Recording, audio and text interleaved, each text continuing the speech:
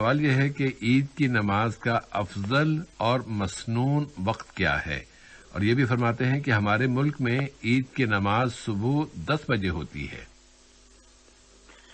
جی صاحب بھائی، عید کی نماز کا جو وقت ہے، بے شک حدیث میں ہمیں اس کا جو یعنی عید کی نماز کے ساتھ کوئی ایسا تحدید کے پیارے نبی نے اسی وقت نماز پڑھنے کے لیے کہا،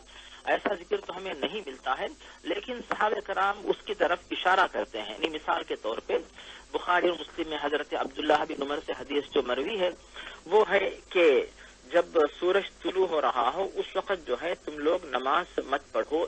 تو سورج طلوع ہونے تک، یعنی جب تک سورج طلوع نہ ہو جائے، تو سورج طلوع ہونے کے بعد عید کی نماز کا وقت شروع ہوتا ہے۔ اب یہ افضل وقت کون سا ہے، تو اس کا جواب پانے کے لیے ہم لوگ ایک حدیث پہ غور کرتے ہیں۔ وہ حدیث ابو داؤد ابن ماجہ مسند احمد میں جو ہے مروی ہے، اور شیخ البانی رحمہ اللہ نے اس کو مستند قرار دیا ہے۔ تو ایک دفعہ جو ہے کسی امام صاحب سے عید کی نماز میں تاخیر ہو گئی، تو عید کی نماز میں تاخیر ہونے کی وجہ سے ایک صحابی یزید بن خمیر، یہ صحابی کہتے ہیں کہ پیارے نبی صلی اللہ علیہ وسلم کے دور میں ہم لوگ جو ہے قد فرغنا ساعتنا هذه وذلك حين التسبیح، کہ جو صلاۃ الاشراق کا جو وقت ہوتا ہے اس وقت جو ہے ہم لوگ نماز پڑھ کر فارغ ہو جایا کرتے تھے۔ تو صلاۃ الاشراق کا جو وقت ہوتا ہے وہ ہے جیسے ہی سورج طلوع ہو کر کچھ بلند ہو جائے، اور علماء نے یہ بات بھی پیش کی ہے کہ جیسے سورج طلوع ہوتا ہے، طلوع ہونے کے بعد جو ہے جو صبح کا سورج ہوتا ہے فجر کے بعد، وہ 14ویں کے چاند کی طرح سرخ رنگ والا ہوتا ہے، یعنی ہمیں سورج کو دیکھنا آسان ہوتا ہے۔ تو سورج کو دیکھنے کی جو سہولت ہوتی ہے ہم اپنی آنکھوں سے دیکھ سکتے ہیں، تو وہ کیفیت ختم ہو کر سورج کے اندر شعاعیں آ جاتی ہیں، تو اس وقت جو ہے عید کی نماز کا وقت شروع ہوتا، گویا کہ یہ صلاۃ الاشراق کا وقت ہے۔ اور بھائی اس کا آسان طریقہ، یعنی ہم یہاں پہ جو ماشاءاللہ قطر میں رہتے ہیں تو اس میں زیادہ زحمت نہیں ہوتی، کیونکہ یہاں پر جو ہے جو کیلنڈر ہے اس میں بھی جو ہے لکھا رہتا ہے، اوقاف کی طرف سے اعلان ہوتا ہے، زحمت زیادہ نہیں ہوتی۔ لیکن ایک طریقہ یہاں پہ قطر میں اپنایا گیا ہے، اور تقریباً گلف کے جتنے ممالک ہیں اور حرمین شریفین میں بھی اسی طریقے پہ عمل ہوتا ہے کہ سورج نکلنے کے 15 منٹ کے بعد جو ہے یہاں پر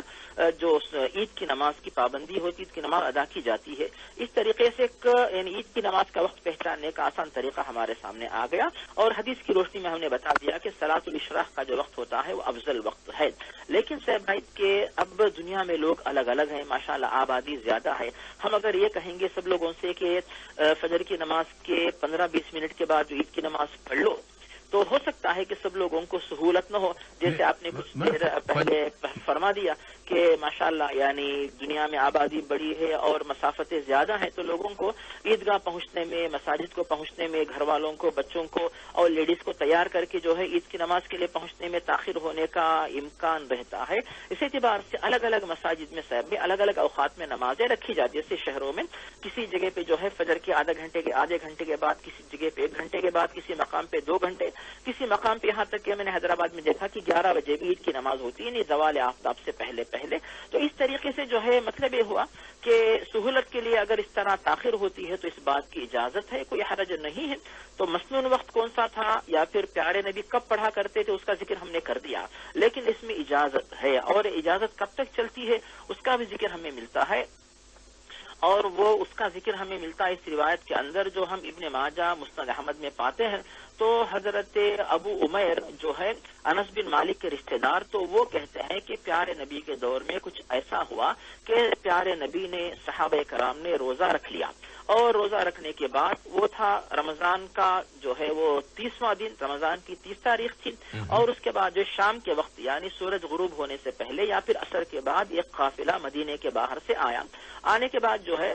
انہوں نے بتایا کہ ہم نے کل چاند دیکھ لیا۔ اس کا مطلب یہ ہوا کہ آج رمضان کی 30 تاریخ نہیں بلکہ شوال کی پہلی تاریخ ہے۔ تو پیارے نبی نے حکم دیا کہ اب ہم لوگ روزہ توڑ دیں گے، اور اس کے بعد دوسرے دن صبح جا کر ہم لوگ جو ہے عید کی نماز پڑھیں گے۔ اس حدیث کی روشنی میں علماء کی تحقیق یہ ہے کہ عید کی نماز کا وقت باقی رہتا ہے زوال آفتاب تک، ظہر کی اذان سے تقریباً آدھے گھنٹے پہلے تک عید کی نماز ہم پڑھ سکتے ہیں۔ اگر کسی وجہ سے مجبوری ہے، مسافر ہے، مریض ہے، وقت نہیں ملا، ٹائم پہ نہیں پہنچ پہنچ پایا، کوئی بھی وجہ ہو سکتی ہے، یا کہ ڈیوٹی تھی کسی کی مثلا، تو عید کی نماز سے جو ظہر کی اذان سے آدھا گھنٹہ پہلے تک عید کی نماز کا وقت رہتا ہے، اور اگر اسی دن اگر شوال کی پہلی تاریخ کو کوئی بندہ اگر عید کی نماز نہیں پڑھ سکا تو شوال کی دوسری تاریخ کو بھی، دوسرے دن بھی جو ہے صبح